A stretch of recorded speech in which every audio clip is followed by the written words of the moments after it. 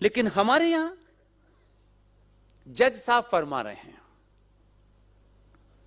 जिन्होंने लॉ की पढ़ाई की है, ये सवाल पूछने से डरते क्यों यार? जज साहब खा थोड़ी जाएंगे, मेरे टैक्स से तनख्वाह मिलती है जज साहब आपको, आप भगवान नहीं है इस देश में। जज साहब शबरीमला के अंदर मेरी मां, बहन, बेटी कब जाएगी, कैसे जाएगी, कब नहीं जाएगी, इसका नियम उस शबरीमला के पंडित तय करेगा, जज तय नहीं करेगा, क्योंकि उसमें आपकी कोई एक्सपर्टीज नहीं है। और अगर आपको यह दीवानगी सूझी गई है कि मुझे हर चीज में ज्ञान देना है, तो जज साहब अगर मंदिर में शबरीमला में जेंडर जस्टिस चाहिए तो मस्जिद में भी एक बार जेंडर जस्टिस करके दिखाओ। लेकिन जज साहब ये जानते हैं कि अगर उस पे उन्होंने कुछ कहा तो सड़क पे इनजस्टिस हो जाएगा उनके साथ। इसे कहते हैं डर। इसलिए सत्ताएं डर से चलती हैं, आपसे कोई डरता नहीं है। आप अपने हितों के लिए भी नहीं किसी को डराते हैं। लोग ऐसे कार्यों के लिए डरा रहे हैं जो इस राष्ट्र विरोधी हैं, देश विरोधी हैं, और सत्ताओं को डरने की आदत पड़ गई है। पूरी व्यवस्था डरी हुई है, और व्यवस्था आपसे कहती है कि आप इधर से होके चले जाएं तो क्या हो जाएगा। ये आपके पतन का पहला रास्ता है। इसलिए इतना लंबे समय तक, इतना लंबा कालखंड हो गया। 15 अगस्त आजादी, गुब्बारे उड़ रहे हैं। ये नहीं आए थे 14 वाले, जब तक, तब तक फूल वाले चचा रोज गुब्बारे उड़ा रहे, कबूतर उड़ा रहे हैं। एक परंपरा हो गई, कबूतर को उड़ाओ, पहले उसे पकड़ो फिर उड़ाओ। अरे वो उड़ रहा था, उड़ के पकड़ा क्यों उसको? क्यों पकड़ा भाई? लेकिन विशेष हाथों से उड़ाने से कोई खास बात है, विशेष हाथ थे वो उनके। तो ये परंपरा चल रही है। लेकिन जो समाज अपने इतिहास से, हम आज भी देखिए, वही मैं कह रहा हूं, ये सेलेक्टिविटी सिर्फ सनातन के अंदर है। हम में से जितने लोग अंदर बैठे हैं, बाहर बैठे हैं, हमने रावण को देखा था क्या? रावण को तो नहीं देखा ना हमने। हमारी दादी, परदादी, परदादी, परदादी एक किस्सा सुनते हुए आ रहे हैं कि रावण ने उस समय की परिस्थिति काल, जो उस समय के हालात थे, जो उसके समय की सामाजिक व्यवस्था थी, और उच्च कोटि का ज्ञानी आदमी था, और जाति से उसे बताया जाता है कि वो ब्राह्मण था। लेकिन उस ब्राह्मण को, अभी शब्द को छोड़ दीजिए, उस महाज्ञानी आदमी ने उस समय के समाज के जो भी उसूल थे, जो भी सीमाएं थी, उनका अतिक्रमण किया, उनका निषेध किया, उनको तोड़ा, और किसी की पत्नी का अपहरण कर लिया। यह उस समाज की परंपरा के खिलाफ था, उसने करा। मैंने नहीं देखा, आपने नहीं देखा, लेकिन हमारे सिस्टम में है। रावण ने एक गलत काम किया था, ज्ञानी था, उसका वो एक दूसरा पक्ष है। लेकिन हम आज भी उस रावण के उस कृत्य के कारण, उस एक्ट के कारण, आज भी चौराहे पे रावण को जलाते हैं। आज भी हम ऐसा करते हैं। कॉन्शियस माइंड में है वो गलत किया था। और किसी बच्चे का नाम रावण नहीं है, नहीं रखते हैं। महाज्ञानी है, ये उसका एक पक्ष है, उस पर कोई राय नहीं है। लेकिन सब कॉन्शियस में है यार, वो भाई था, वो हमारे पुजारी थे, उन्होंने बताया जा रहा है, हजारों साल से यही चल रहा है, हम उसको जलाते हैं। हम आज भी मानते हैं कि उसने गलत किया था, जबकि वो महाज्ञानी था, महाबलशाली था, सब कुछ था। लेकिन आज भी रावण अपने कृत्य के कारण जलाया जाता है, और एक दूसरा ब्राह्मण जिनके हाथ में फरसा रहता था, वो भी ब्राह्मण है, वो परशुराम है। परशुराम आज भी अपने कृत्य के कारण मंदिर में पूजे जा रहे हैं। इसलिए आप क्या करते हैं, इससे संसार तय करेगा। आप किस जाति के हैं यह महत्वपूर्ण नहीं है। तो बहुत सारी बातें आप ऐसा कह सकते हैं, आज ये जातिवाद है, फलानावाद है, ढिमाकावाद है, ये बहुत आसान बात है भाई। मंच पे खड़े होकर के कुछ भी आए शाए बोल देने से बहुत अनर्थ हुआ है। अनादि अनादि काल को उठा के देख लीजिए, भारत अनादिकाल से ये जो हमको इंजेक्शन की तरह लगाया गया है, और वो इंजेक्शन इतना लग गया है कि अब हम नस्ल दर नस्ल उसे ट्रांसफर कर रहे हैं। भारत अपने अस्तित्व में जब से आई होगी ये संस्कृति, तब से लेके आज भी एक बड़ा वर्ग है, लेकिन उससे बड़ा वर्ग यह है कि वो स्वार्थों की पूर्ति के लिए, भारत कभी भी जाति प्रधान देश नहीं रहा। भारत अनादिकाल से कर्म प्रधान देश था। किसी ने किसी की जाति नहीं पूछी कि ये जो पुजारी है इसकी जाति क्या है, ये दीक्षित साहब होंगे तभी हम उनसे पूजा कराएंगे, ऐसा नहीं था मेरे भाई। और हमने उसको अपने स्वार्थों के लिए मजबूत कर दिया। लगातार जाति, फिर गोत्र, फिर उसमें गोत्र, फिर उसमें गोत्र, पता नहीं क्या निकालना चाहते हैं। तो ये जाति की जो समस्या आपने खुद खड़ी की है। जो फौज में चला गया, और कमाल देखिए, भगवान राम क्या थे उस समय की स्थिति के हिसाब से?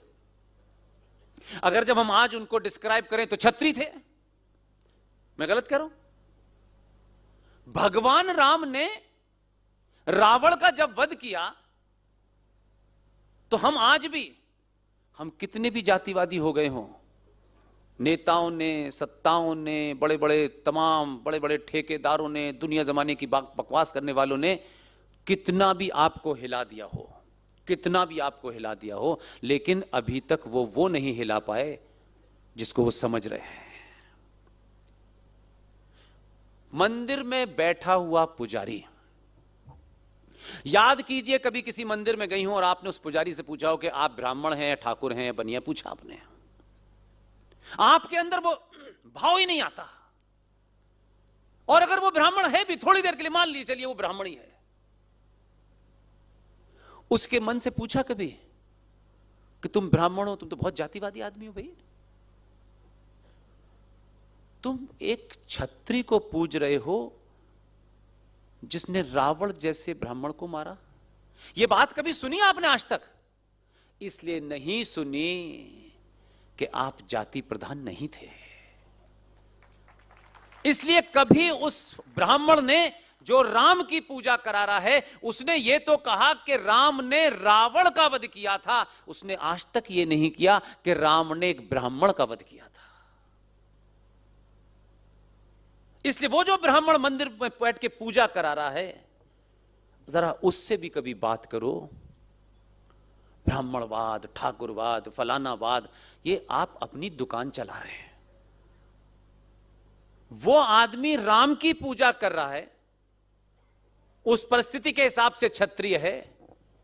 और पूरे विश्व में, हमारे भारत में जितने भी सरनेम ब्राह्मणों के हैं, जितने भी सरनेम हैं, उस पंडित जी से आपने पूछा कभी? उस पंडित ने कभी शिकायत की जो शुद्ध कोटि का ब्राह्मण है, गरीब है, नहीं गरीब है, बड़ा मंदिर है, छोटा मंदिर है, ये भाव कभी आपने किसी मंदिर के कहीं बता दीजिएगा, मैं जाने के लिए तैयार हूं। उस पंडित ने कभी ये कहा मैं 24 कोटि का ब्राह्मण हूं, लेकिन उसके अंदर ये भाव क्यों नहीं आया? मिश्रा जी, शर्मा जी, दीक्षित जी, उन्हीं की लिखी रामायण पढ़ाऊंगा। वो ब्राह्मण पंडित वाल्मीकि की लिखी रामायण पढ़ा रहा है। ये क्यों नहीं भाव उसके अंदर आया? क्योंकि उसके संस्कारों में नहीं है। ठीक है, सड़क पे आकर के कुछ लोग ये जातिवाद करें, इसलिए ये आपकी पहचान हो सकती है। जो फौज में चला गया वो आज की डेट में छत्री है। जो वीर गति को प्राप्त हो जाता है बॉर्डर पे, और उसकी डेड बॉडी जब आपके शहर से निकलती है, अपने कलेजे पे हाथ रख के पूछना कि किसी ने ये पूछा है कि ये ठाकुर मरा है या ब्राह्मण मरा है या ठाकुर मरा है? आप उसको सैल्यूट करते हैं ये कहते हुए कि ये भारत का सैनिक मरा है। जाति नहीं पूछते ये यादव था, ये ठाकुर था।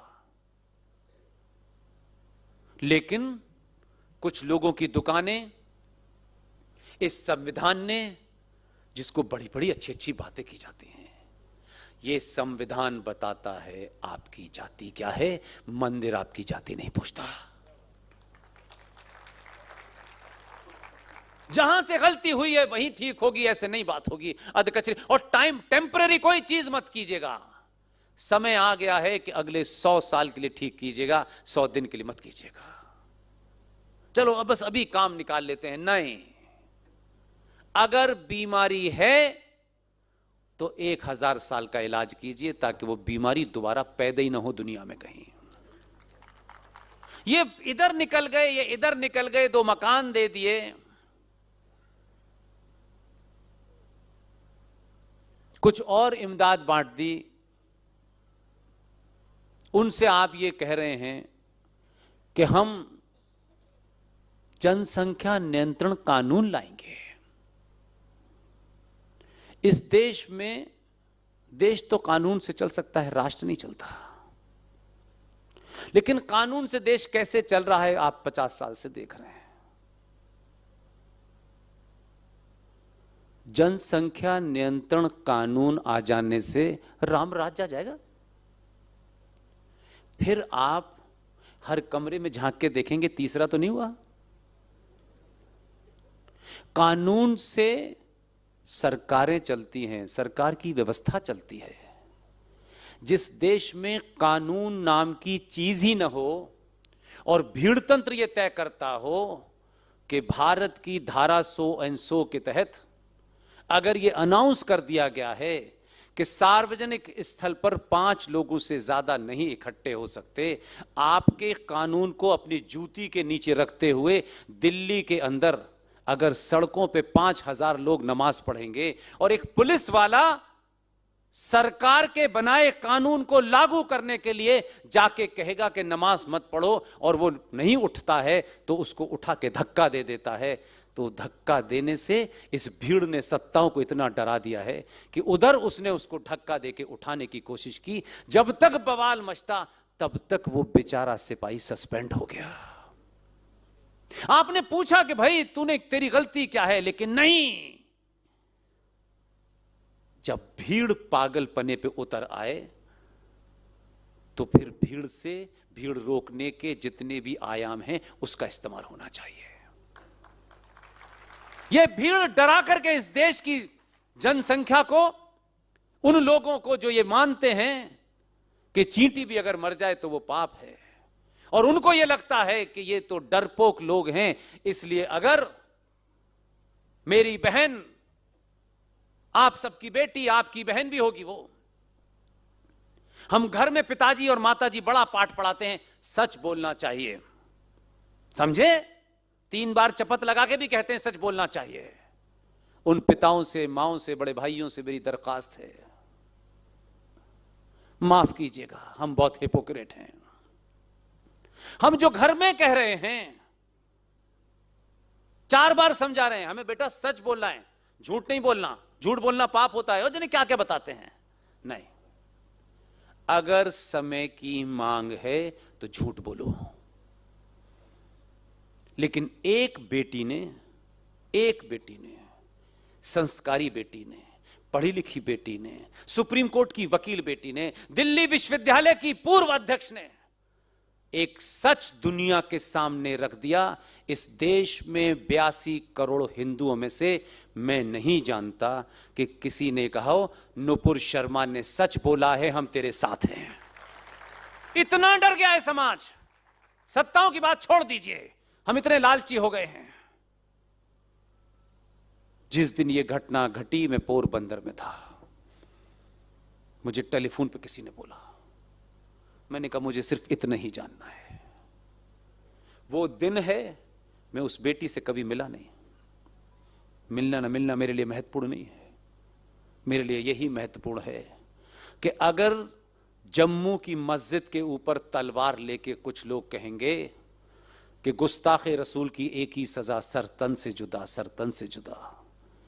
पूरी व्यवस्था, पूरी सत्ता, पूरा समाज सच बोलने वाली बेटी के साथ कहीं चुपचाप से भी नहीं खड़ा हुआ है, तो यह हमारे मर जाने की निशानी है। हम घर में बैठ के बड़ी बड़ी बातें करते हैं, नहीं, हम हिपोक्रेट लोग हैं। मैंने इसलिए नहीं बोला कि मेरे बोलने से कोई फर्क पड़ जाएगा। मैं मरने से पहले यह नहीं दाग लेके जाना चाहता कि 4 दिन ज्यादा जिंदा लोने के लिए मैं झूठ बोला।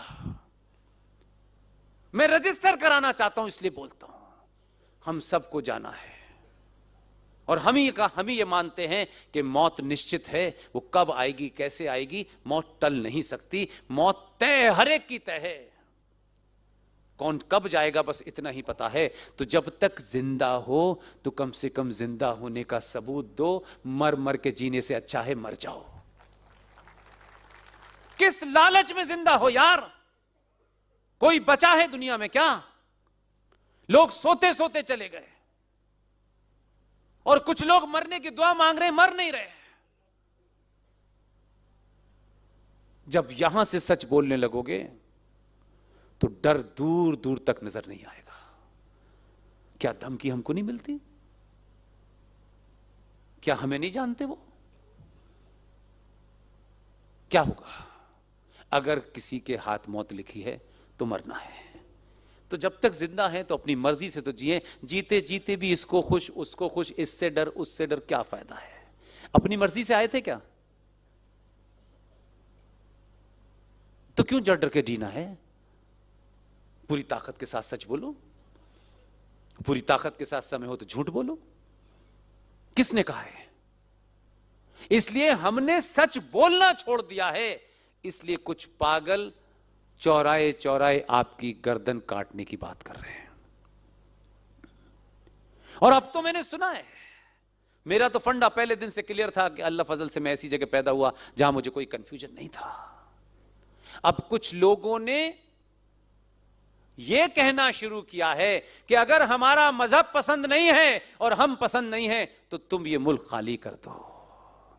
ये बात जो आज कही जा रही है, ये 25 साल पहले मैं सुन चुका हूं। क्योंकि आज परिस्थिति ऐसी है कि वो ये कह सकते हैं। और ये इसलिए है कि हमको अपना इतिहास भूलने की, भुला देने की इतनी बीमारी है कि कहीं हमारा बच्चा इतिहास जान गया तो कहीं उसके अंदर कोई एक नई व्यवस्था पैदा ना हो जाए। इसलिए अगर बहुत बुरा इतिहास है तो उसे छुपाओ। इतिहास बुरा हो अच्छा हो बताना चाहिए।